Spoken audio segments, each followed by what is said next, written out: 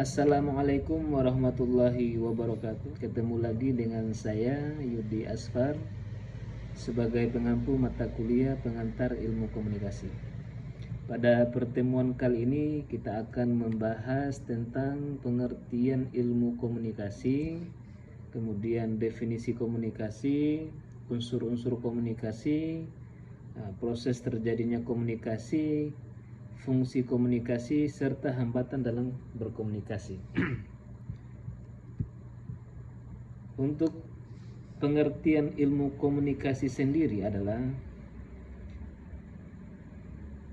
disiplin ilmu yang mempelajari bagaimana manusia saling bertukar informasi, gagasan, dan perasaan. Hal ini mencakup berbagai aspek dari proses penyampaian pesan hingga memahami dampak komunikasi dalam kehidupan sehari-hari. Untuk definisi komunikasi, pertukaran informasi. Jadi komunikasi itu merupakan pertukaran informasi dalam proses menyampaikan informasi, ide, dan perasaan dari satu pihak ke pihak lain. Kemudian ada interaksi sosial. Jadi komunikasi juga memungkinkan manusia untuk berinteraksi dan membangun hubungan satu sama lain. Kemudian pemahaman bahasa. Jadi tujuan komunikasi adalah untuk mencapai pemahaman yang sama antara pengirim dan penerima pesan. Kemudian unsur-unsur komunikasi. Unsur-unsur komunikasi terdiri ada 3. Yang pertama itu pengirim, yang dalam makna sebagai yang mengirim pesan, pihak yang menyampaikan pesan atau informasi. Kemudian yang kedua adalah pesan, informasi atau gagasan yang dikirimkan. Kemudian yang ketiga adalah penerima, pihak yang menerima dan memahami pesan. Jadi ada unsur-unsur komunikasi, terjadinya komunikasi. Yang pertama adalah adanya pengirim, dalam hal ini pihak yang menyampaikan pesan. Kemudian ada pesan, ada informasi yang disampaikan. Kemudian ada pihak yang menerima pesan tersebut. Kemudian proses komunikasi. Terjadinya proses komunikasi ada namanya encoding atau penyusunan pesan ke dalam bentuk yang dapat disampaikan. Kemudian yang kedua dinamakan transmisi, yaitu pengirim pesan melalui saluran komunikasi. Kemudian yang ketiga dinamakan decoding. Penerima memahami dan menafsirkan pesan yang diterima. Fungsi komunikasi. Ada 4 fungsi komunikasi yang dalam teori ini yang kita akan bahas. Yang pertama informasi. Yang pertama adalah informasi. Informasi atau di dalam hal ini komunikasi berfungsi untuk menyampaikan informasi yang penting. Kemudian yang kedua ada edukasi. Komunikasi dapat digunakan berbagai pengetahuan dan keterampilan.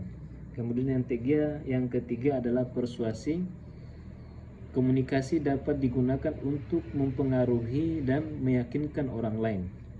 Dan yang keempat, hiburan. Jadi komunikasi juga dapat berfungsi untuk menghibur dan menyenangkan. Kemudian jenis-jenis komunikasi. Ada komunikasi verbal, yang mana komunikasi yang menggunakan kata-kata baik lisan maupun tulisan. Kemudian ada nonverbal, komunikasi yang menggunakan bahasa tubuh, ekspresi wajah dan isyarat. Dan yang ketiga ada jenis yang namanya komunikasi massa yang ditujukan kepada halayak luas melalui media massa. Kemudian yang keempat adalah interpersonal, komunikasi yang terjadi secara langsung antara dua orang atau lebih. Kemudian hambatan dalam berkomunikasi. Jadi dalam berkomunikasi juga mempunyai hambatan-hambatan. Yang pertama adalah semantik, yaitu perbedaan pemahaman makna kata atau simbol yang digunakan. Kemudian yang kedua adalah psikologis. Nah, ini faktor-faktor psikologis seperti emosi, persepsi, dan sikap dapat menghambat komunikasi. Kemudian yang ketiga adalah fisik. Hambatan fisik seperti jarak, kemudian gangguan kebisingan atau gangguan teknis yang dapat mengganggu terjadinya komunikasi. Komunikasi verbal dan nonverbal.